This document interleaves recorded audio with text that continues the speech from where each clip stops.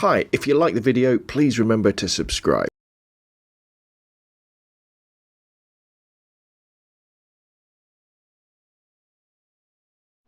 Hi, my name's Rob from robnonphoto.com, and I thought we'd just do a really quick video and look at the Kodak Retinette camera I got from the car boot sale ages ago. I think it was either last year or maybe it was even the year before, but I haven't used it yet. But I've loaded some film in it just to have a play around. I thought I'd show you a quick bit of it. Well, it's a Viewfinder type camera that takes 35mm film, sort of normal film. And the Viewfinder camera, what that means is you look through the Viewfinder and you're looking sort of out of this window here, not straight through the lens.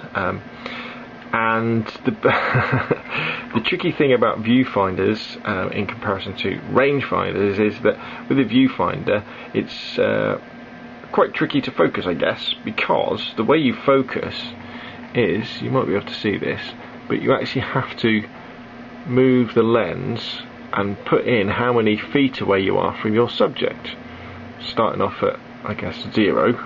Well, it can't be, can it? But say 3.5 feet, 5 feet, 10 feet, all the way through to infinity. So that's how you get your subject in focus.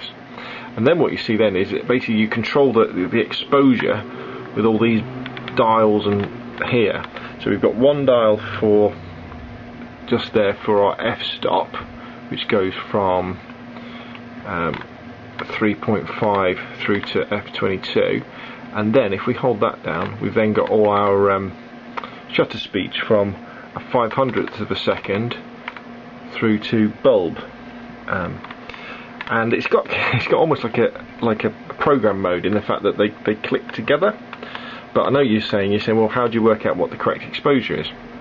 Well, you could use something like the sunny 16 rule and say if it's a sunny day and I'm in direct sunshine, then I shoot at f16 like that, and then you just shoot 1 over the speed of the film you're using. So I've loaded ISO 200 film into this, so I would shoot at 200th of a second, or the nearest one, which is 250th. You could do it like that, but that's a bit hit and miss, especially if it's not a sunny day.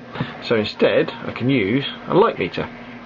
So all I do with the light meter is you aim it at something bright and that needle will move. Now it's quite dark in here, so it's not moving, but if I make it go on to the more sensitive setting, there we go. So we've got a reading between 2 and 3, haven't we?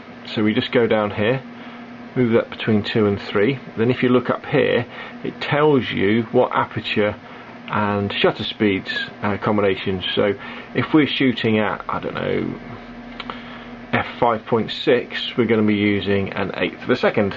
So then I can go over here and go, right, change the aperture to f5.6, just like that, and holding that down I can then change the aperture to an 1/8 of a second.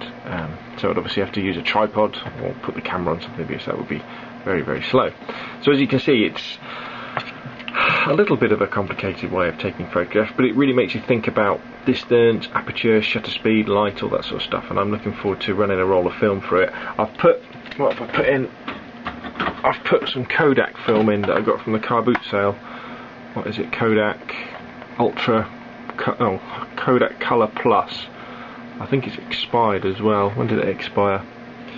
08/2010. Oh well, no, it hasn't expired yet. Oh, so it's about to. But again, the problem with buying second-hand film is not that it's been used yet, but the fact that you don't know how it's been stored, and if it's been stored in a hot place, then it could be knackered. But there we go, the Kodak Retinette. So I've got 24 exposures to go through.